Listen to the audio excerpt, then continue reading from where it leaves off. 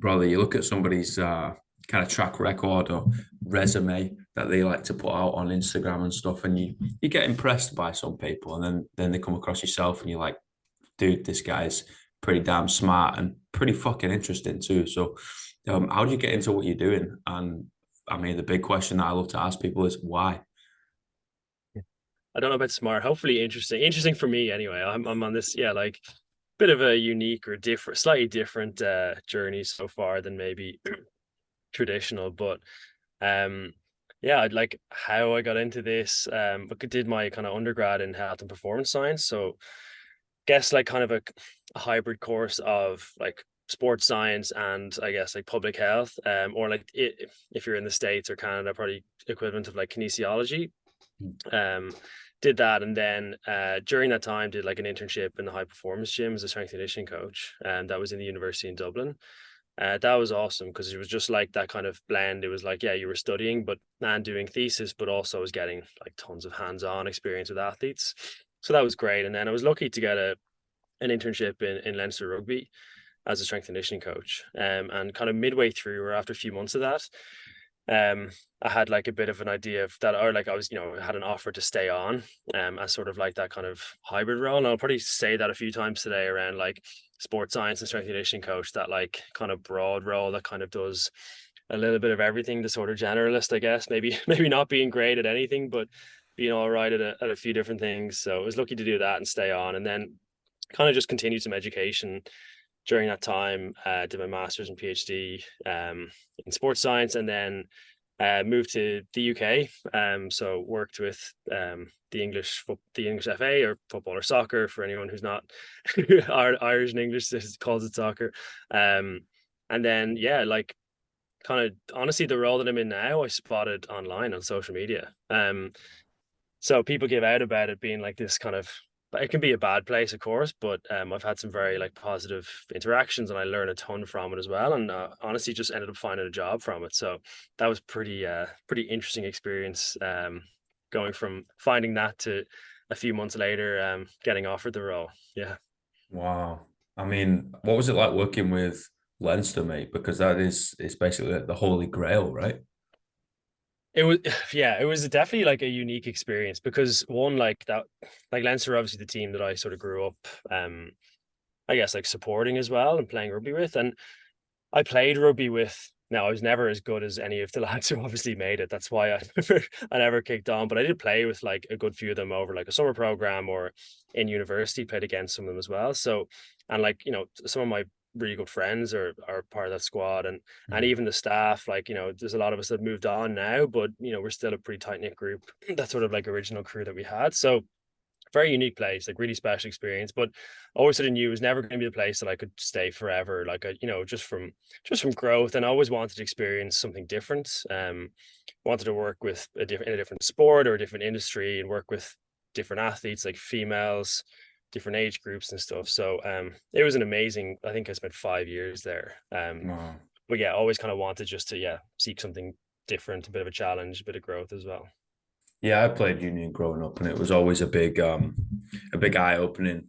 Looking over to looking over to you guys over there, it was just like, well, it seems like it's a huge academy, and everybody's tight knit. It does seem like this kind of rope that is going in one direction rather than everybody's kind of battling for the same spot and working against each other and stepping on toes and stuff like that. Obviously, it's an outsider's perspective, so I could be talking out my ass. But it But was it one, was well, always one sorry, just to cut it, one of the things which like a lot of people, obviously like Leinster overall over the years has been like a very successful club. mm, But there were years like when I started that we weren't successful at all. And like one of the seasons that I was there, we didn't even qualify through the European like group stages of the wow. like European Cup, which is like a tournament that Leinster obviously place a lot of like attention to. Mm, And that was a year and a transition period after maybe some previous success where we had like a few senior players kind of move on or retire. We had a young group like starting off. So I always think back to like the time at Leinster, very like obviously you'd like to win every year and win a cup every season, but it was actually really nice to go through that journey of like, okay, starting from like a new like phase, or like I guess like transitioning to a new period with like a different squad, like almost seeing like both the dark kind of times and the success as well. So I always appreciate seeing both of those in the same environment, because like a lot happens from like that dark place to the sort of successful period. Yeah, 100%, right? You have to basically rebuild the foundation on rock rather than sand. Like you're relying on a certain few key players. So I was like, yeah, but they're not going to have a, everlasting lifetime within the sport, like especially in a sport like rugby, right? You're just going to get Yeah, twatted around the place. Like yeah, it's inevitable that they're going to have to retire and move on, and then new players are going to come up from other teams, and systems are going to come in place, especially in your role as well, right? It's like, oh shit, now they've created some sort of better training system or recovery system or whatever the hell it is. All these little one percenters add up, and it's like, wow, now we've gone from the top to the bottom, and like you said, it's a complete restructure system, and yeah, that's fascinating to be a part of, mate. yeah, yeah, definitely. Like, and like I guess, yeah, the system in answer is great because it is quite connected from even from schools level and underage, right the way through the academy, through to the senior squad. And I guess it is part of the like Irish rugby system as well, in terms of having like game time managed across like some of those international players. It forces you as a club team to have to play younger players and like make sure that they're up to speed and integrated and like technically ready, but also physically ready a little bit earlier, maybe. Mm.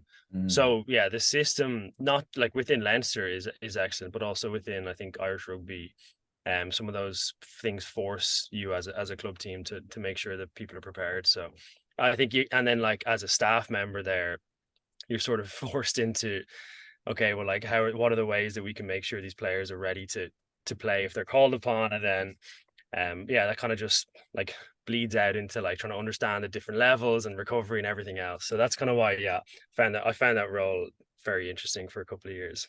Fuck, that's fascinating, dude. There's so many more things that go into it, and I think everybody has a role to play.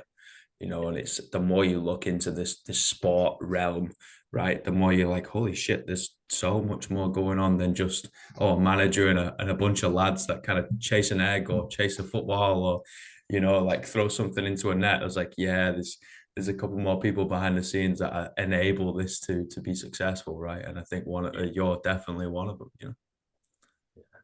Yeah, and even like the example I use for that is often from the outside, you'll look at someone, maybe a player who isn't playing this weekend, or maybe is a substitute or he's on the bench, and people say, "Oh, like Alex has dropped this weekend, or he hasn't made the starting lineup," and like there's a lot more from a coach's and like coaching panel decision that goes into that. Well, it might be Mm. that like they want to test it somebody else, or like this player is having minutes managed, or there's a different game coming up, so like we're rotating, or they want to look at a different combination, or like they're physically managing that player. So coming back from injury, there's so many other decisions, but that's the example I always discuss.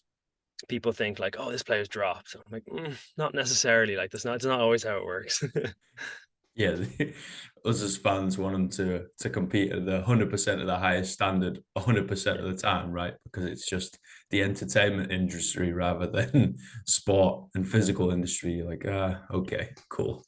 yeah, Thanks, yeah, guys. Pay you yeah, $15 and go watch it on the telly or something, right? yeah, Well, yeah. fast forward into the role today, like what is it you spend your most time on today? Yeah, so today's role is a bit different.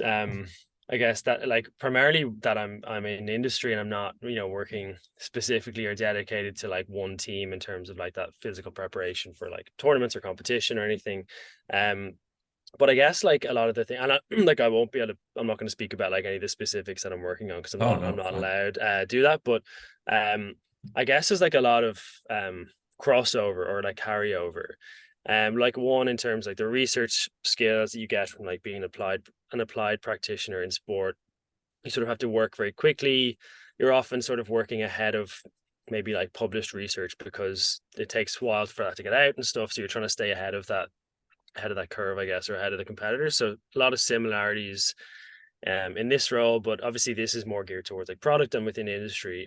Still very fortunate. I get a lot of like athlete and ambassador like relationships and work and projects there. But um people have asked me across, I guess, like a typical day in like each of the kind of couple of jobs that I've had. And I always find it hard to describe a typical day because sometimes they do vary. Now, obviously there's some consistencies like certain days or like meetings or like whatever, building towards like the next 3 months. But yeah, I sort of like struggle to say like, oh, every day I do this, because it can just vary depending on like the project we're working on, or like the event that we have on, or like even in sport, then it depends on like the week, or if you're traveling or anything else. So I guess like across all of the roles that I've had, they definitely keep me on my toes anyway.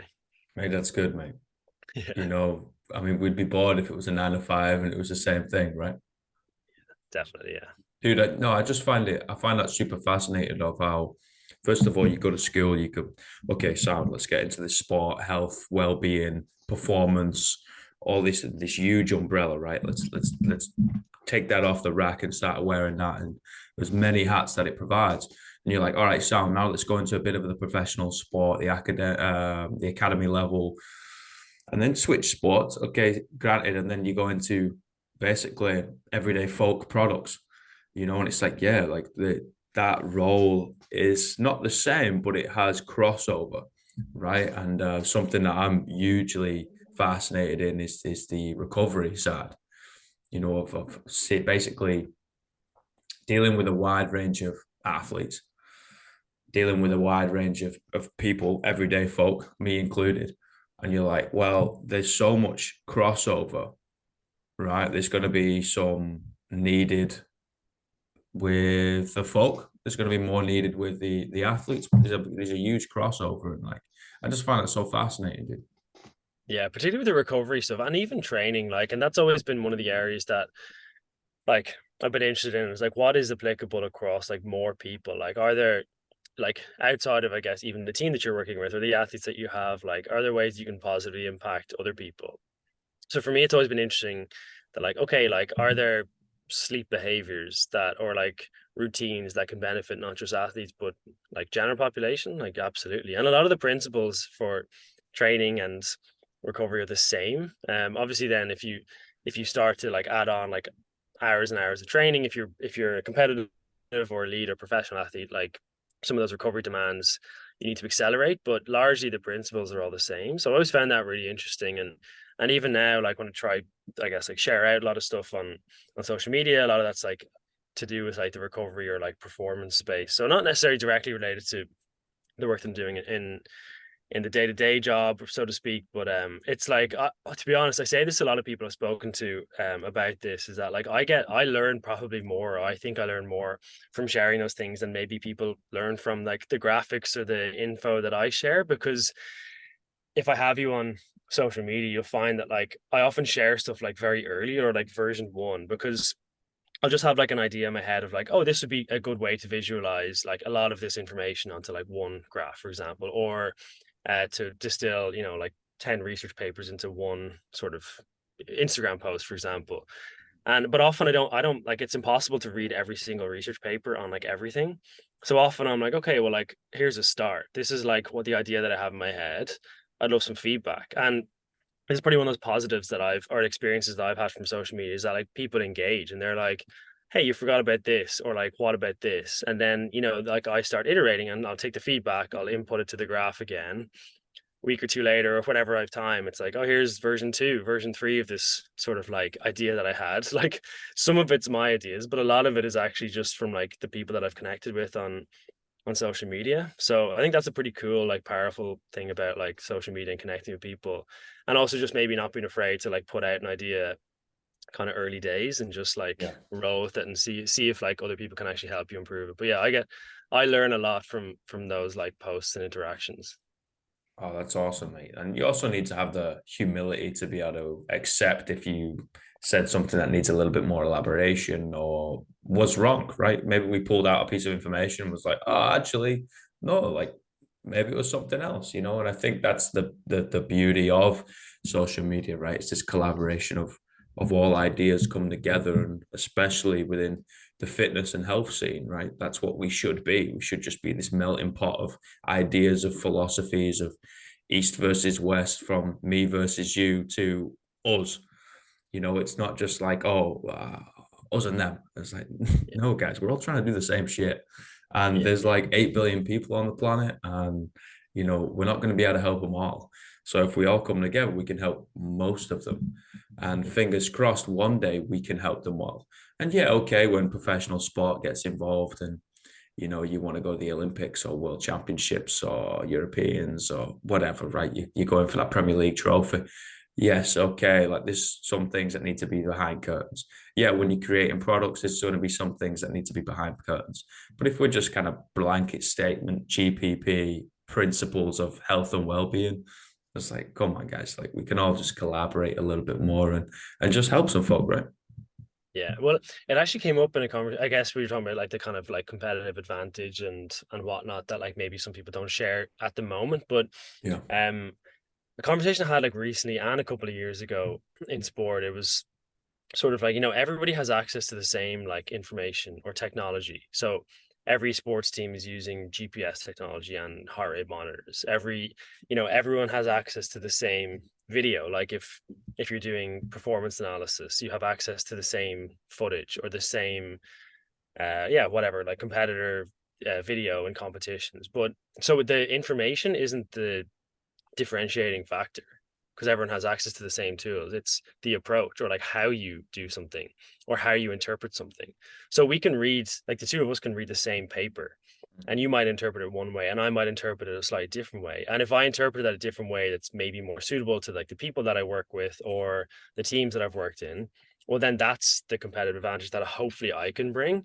It's Mm-hmm. not so we have the same information, but if I interpret it potentially better or in a way that is more impactful than somebody else, and then that's the advantage. So I always think I've always been very like open to sharing the like my thoughts on things because that's sort of like the belief that I have that like I can share everything that I'm reading or like papers or resources or data, but my interpretation of it is like the thing that I'm sort of like backing myself with. Now, obviously, I'm not, yeah, like I said, there's some things that I'm working on or other things that you obviously can't, like Yeah. the example being like, if you hear the team selection before it's announced, of course, that's not information that you can divulge publicly because that's, yeah, like not allowed. Same with the work I'm doing now.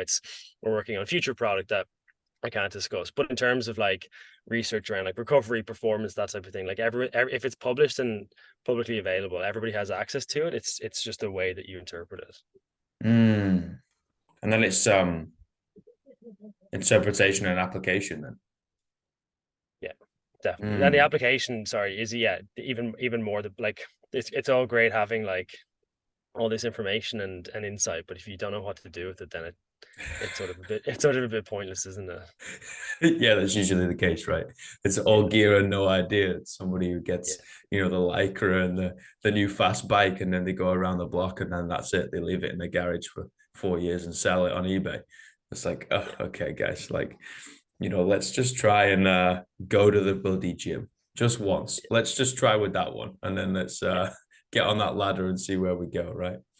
yeah, yeah. That's fascinating of the different. Where would you think that comes from? You think it would be experience wise? You think it would be own philosophy of the sport scientist, the coach, the data analyst? What do you think is the biggest factor contributing to the difference of interpretation of objective Mhm. data? Good question. I don't think it's probably like one thing or it's probably a combination of all those things that you said. Like definitely the experience comes into it, and also just like the awareness of different, I guess, like situations and environments, and that even if there's something that worked, if there's a program that I or an exercise that I used in Leinster rugby, that that's not to say that that strategy or intervention or analysis would work in a different setting. It's very much based on like the people that you work with at that time, and even there were things in Leinster that worked for a few years, and then we are at a point saying like, okay, well, we need to like evolve now. If we keep doing the same thing as we did 2 years ago, it probably isn't going to have the same effect. So, it's probably comes with an awareness of that. But yeah, I would say like a little bit of experience plays into it. I think just like constantly learning and like listening to other people as well. Like you sort of pick up bits of good from different people, and then you sort of have your own approach or nuance to like how you interpret things. So, good question though. Oh, these are just shit I'm fascinated with. You Yeah. know, Bit of everything though, like to do with it. I don't think there's like one thing. And if someone was listening to this and they said, "Oh, like I need to get experience in order to improve. I think, yeah, definitely true. But also you need to like have conversations, you need to have a think about other things, you need to understand the Yeah. people that you work with. There's a lot of different things that go into it, I think. Yeah. And then I guess a bit of a follow-up would be, what do you think the relationship is between objective and subjective data? Would you think it's all lab based? I mean, most things are never on the extremes, right? It's never really all or nothing. There's always a combination of the two. But I guess, in your experience, is it more talking to the players, understanding the people and adapting to them? Or is it more like, guys, we're smart, we figured this out, this should be okay. Like, let's kind of go with the numbers a little bit more, go with the lab a little bit more. It's definitely both, and that's like the cheat answer, I guess. But um, I think a lot of the time, like the objective data is there to like challenge like an athlete's perception or like their sort of subjective opinion. It's not necessarily there to agree with it. So I think a lot of the time, like athletes or even like coaches or performance coaches, trainers are always expecting, like, oh, this objective data isn't correlated with an athlete's perception or like subjective rating of recovery or performance. Oh, then it mustn't be valid. But I don't think that's true either, because sometimes the data is there to like chat. And the interesting points for me are when or the occasions when the data, objective data, say doesn't align to the perception. So if you see a lot of wearables now, they say, oh, like you're X% recovered or ready for this. And when an athlete then isn't, like, okay, well, what's like, why is there a mismatch between those points? And like understanding that is definitely like an interesting area that I don't think a lot of people have like cracked per se right now. So even like knowing your athletes, because we used to have some athletes that over like multiple teams that I've worked with, or like athletes that some of them are very consistent reporters of like subjective data. So if they're asked for soreness, they sort of tend to report the same number across the week and the month. Um, so knowing that about the player is interesting, because then if they do report something slightly higher, you probably know that like, okay, this might not be like statistically different or whatever else, but like I know that this player, if they've gone away from like what they always report every day, it's probably for a good reason. Mm. And on the flip of that, there's also athletes that I've worked with who are very variable in their reporting. So this, the smallest bit of soreness to them is like 8 out of 10, even though it's not necessarily 8 out of 10, but just knowing. So it's like understanding what the data says, but also like knowing the like individual or the person that you're working with, I think is really important. So like then if you see those numbers pop up, you can actually have those like follow-up conversations, and like just having that nuance, being able to like almost like disregard some of the data sometimes, or disregard the athletes sort of like subjective ratings sometimes, but like knowing when to do that is, yeah, definitely takes a little bit of experience. For sure, for sure. And I can, and definitely like foresee you would have to do that a hell of a lot less with athletes, because they usually know themselves a little bit more, right? Than if you were working with a population size of 1,000, but they're just normal folk from the street. Like, most of the time, it's a bit of a throwaway statement of, how are you feeling? Because they're probably going to think I'm dying. I was like, no, your heart rate's just gone up by like 4 beats a Yeah. minute. Like, you're okay. Yeah. And then like a lot of that does come down to, I think, like practitioners, coaches, researchers to like educate people on that, and like Yeah. bring people through that to say, okay, like this is sort of like what it feels like to do this, or this type of session might elicit this response. So that's kind of always where like with any of the data, it's the same in like in an elite sporting organization, or like whether it's professional or not.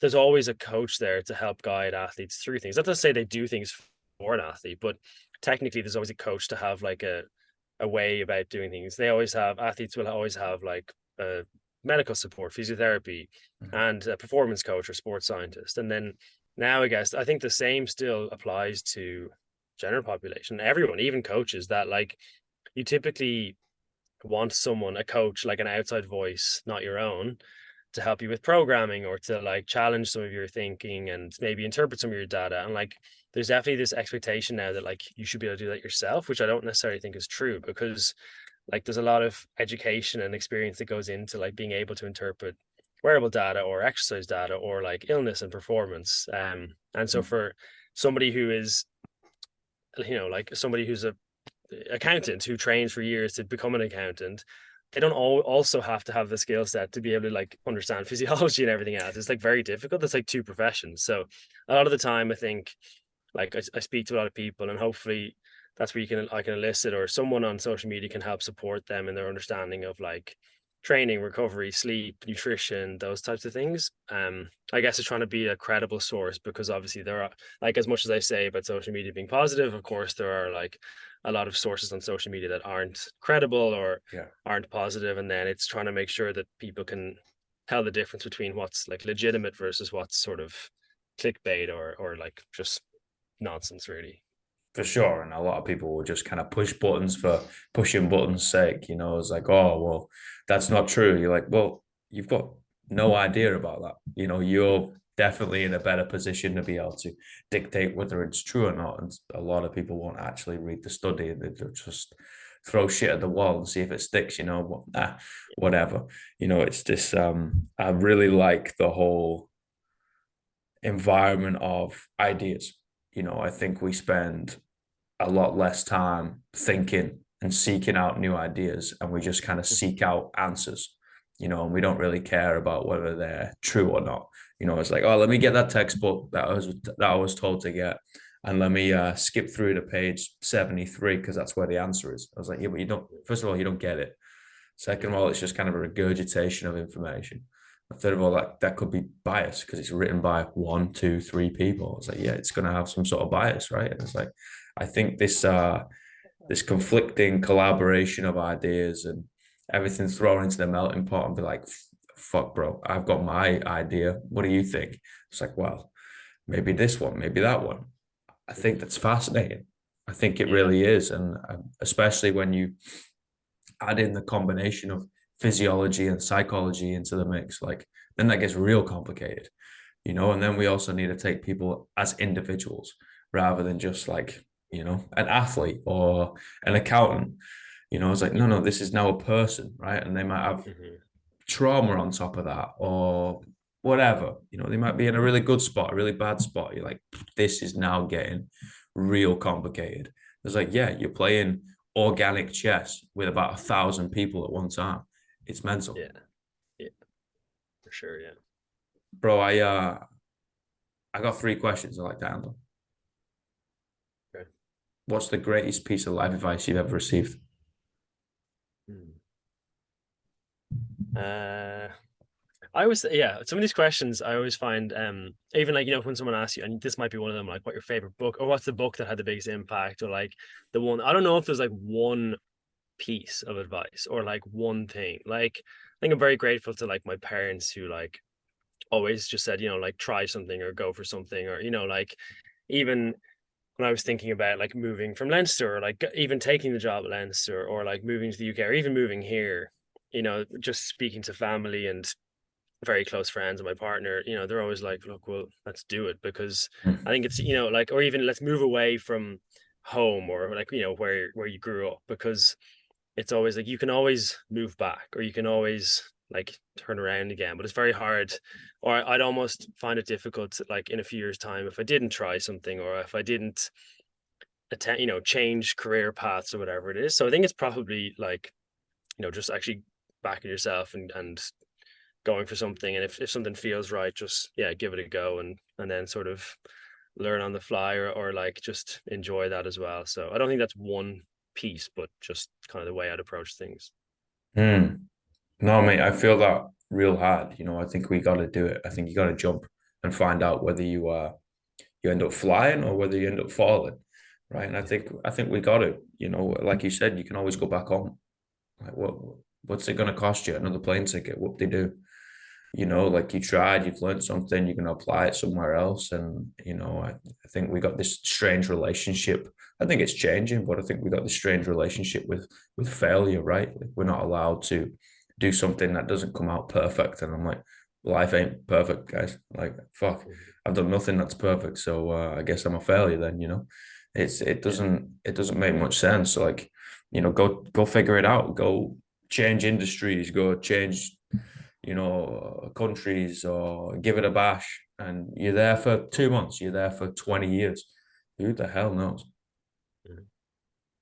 What's the Exactly. worst piece of life advice you've ever received? Ooh. Um,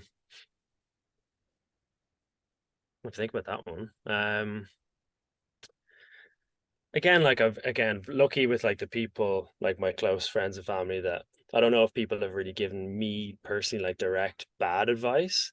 There was definitely a case where it was in university in my undergrad, like early on, it was sort of we had some people talking about like I guess like opportunities beyond the course. It was like, what are the career opportunities that you could do? And there was someone, I can't remember who it was now, but um sort of wiped it from my head. But they sort of said, oh, like the likelihood of you working in like professional sport is very slim, or like, you should consider other options and stuff like that. And I kind of thought, oh, okay, that's I would have liked somebody to come in to say, yeah, it might be unlikely, but if you really want to do it, like Hmm. here it is, like I can help you, or here's the like do this, or like chat to these people. So I think that one, it wasn't like directed towards me. It was sort of like one of those talks in university where the person had said, oh, it's not likely, so maybe just consider all these other things. So like I guess my approach would be different, but yeah, that's probably the one that I can think of anyway. Hmm. Like a blanket statement, always have a plan B. Yeah, or just that you like you probably, even if you want to work in sport, you probably won't. And I sort Hmm. of said, oh, that's not a great like approach to, or Cheers, guys. it's not a very motivating thing to hear. But no, like so I sort of just ignored that. And even within that sort of cohort of my like undergrad course, a good few of us did and do work in sport. Of like one of my close friends is working in professional sport now. Another one did as well. Like, people have worked across like elite competitive sports. So there's probably a high percentage of people within that course that did. So maybe the like the person who sort of was trying to motivate us away from it ended up motivating us towards it. Reverse psychology, Yeah. eh? Yeah, I'd love to know whether they meant to do that or not, but it fucking worked either way. Good job. Uh, Last one is, what are the 3 words you would tell your younger self? A sentence or three different words? Could be whatever you want, brother. um Keep enjoying it, I guess. Yeah, I don't know, Mm, like I don't necessarily have any like or sometimes that like people have asked that question differently, and like, oh, like what would you tell yourself to do differently or to change and stuff? And it's very hard because like I don't necessarily live with like massive regrets or anything like that. I've enjoyed like the things I've done in life outside of work, like the people I'm friends with or the places I've traveled, and like the work that I'm doing now I love. So yeah, I don't know if I change things. So just say maybe keep enjoying it. Sometimes, yeah, like you can obviously there's always like one eye on like thinking like planning or future. I think that's probably the researcher or the coach in yeah, myself, yourself, and probably a lot of my friends. Like, if yeah. you're a coach, you plan, you do a training plan, you think ahead and stuff. So it's always just remembering that like you plan ahead so that you can like enjoy living in the moment or like being present. So it's not like an either or. It's like, okay, if I'm planning ahead for a race or a competition or even just a job, well then like you plan ahead so that yeah, you can enjoy it. So that's probably the yeah, keep enjoying it. Mm, I'm gonna take that one. Yeah. That's Nice. profound. Thank you, Yeah. brother. No This has problem. been awesome, man. Like, it's a honor and a privilege to sit down with somebody so high up in the industry, talk facts and figures, talk shop, and mate, like, let's do it again sometime whenever you're free. Yeah, definitely good to chat and good to connect over a call. Yeah, man. Whenever I get out to Vancouver, eh? Yeah, let me know, hit me up. Yeah, we'll hit the mountains. We'll cause chaos in the street. No, we left that at home, brother. I appreciate that a lot, man. And we'll talk soon. Yeah, nice one. Thanks, Alex. Thanks, man. Bye, everybody.